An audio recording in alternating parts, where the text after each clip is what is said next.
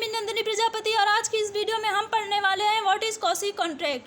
Now Indian contract act 1872 के अंदर section 68 to section 72 में डील करते हैं कॉसी कॉन्ट्रैक्ट से।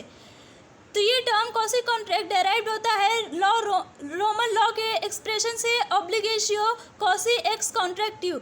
कॉसी कॉन्ट्रैक्ट एक रियल कॉन्ट्रैक्ट नहीं है। दैट मीन्स यहाँ पर ज़रूरी नहीं है कि कोई प्रपोजल दे, एक पार्टी प्रपोजल दे, उस प्रपोजल को एक्सेप्ट हो, एग्रीमेंट बने। वो एग्रीमेंट जब इनकेपेबल होगा, लीगल होगा, तभी जाके कॉन्ट्रैक्ट बनेगा। तो ये सारी फॉर्मेलिटी की ज़रूरत नहीं होती है कॉसी कॉन्ट्रैक्ट में।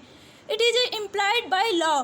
ये लॉ के द्वारा इम्पोज्ड किया गया एक तरह का कॉन्ट्रैक्ट होता है जहाँ पर प्रीवियस कोई कॉन्ट्रैक्ट हो, एग्रीमेंट हो, साइन अप हो, ज़रूरी नहीं है।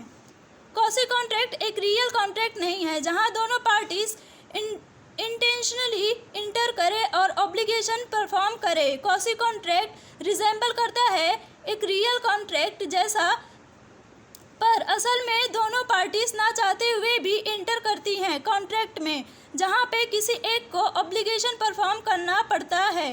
तो कॉसी कॉन्ट्रैक्ट एक ऐसा कॉन्ट्रैक्ट है जहाँ दोनों पार्टीज ना जानते हुए और ना चाहते हुए किसी एक एग्रीमेंट पे एंटर कर लेती है, जहाँ किसी एक को कोई लायबिलिटी या कोई ऑब्लिगेशन परफॉर्म करना पड़ता है on the ground of equity. For example, मैं किसी के घर गई और वहाँ मैं अपना सामान भूलकर अपने घर वापस आ जाती हूँ, तो सामने वाला जो है वो ऑब्लिगेटेड हो जाएगा, वो ड्यूटी बाउंड हो जाएगा कि वो मुझे मेरी सामान वापस करे।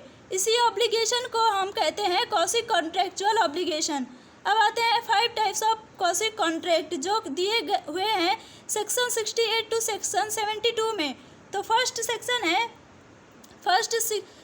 68, necessary supply to a person who is incapable of contracting.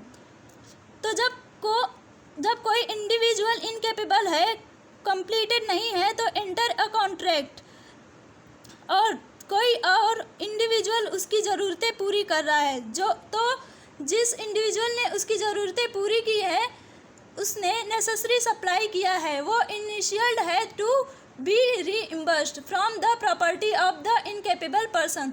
Second types है section 69, reimbursement by an interested party to.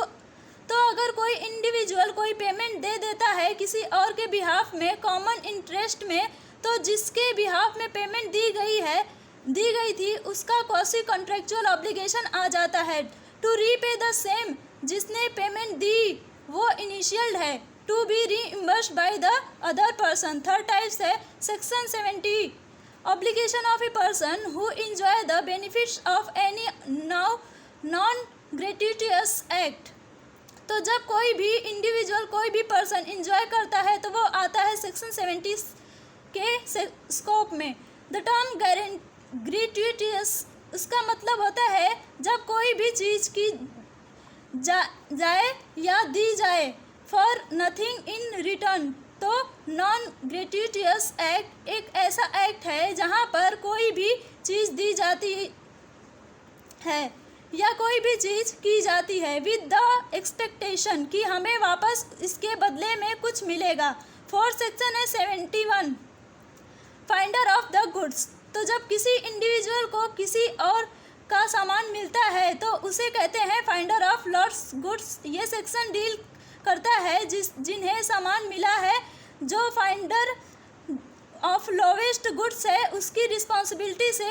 तो जब किसी पर्सन को किसी और का सामान मिलता है तो जो किसी और की हो और वो अपनी कस्टडी में उस सामान को ले लेते हैं तो उसके पास जिम्मेदारियां आ जाती हैं। फिफ्थ है section 72, liability of a person to whom payment is made by mistake और अंडर कोर्सन। ये डील करता है लायबिलिटी से, ऑब्लिगेशन से। जब किसी इंडिविजुअल ने बेनिफिट लिया है अंडर मिस्टेक या कोर्सन, तो अगर कोई इंडिविजुअल बेनिफिट लेता है, रिसीव करता है कुछ भी बाय मिस्टेक या अंडर कोर्सन, तो उसे वापस करना पड़ेगा। ही मस्ट रीपे और रिटर्न इट।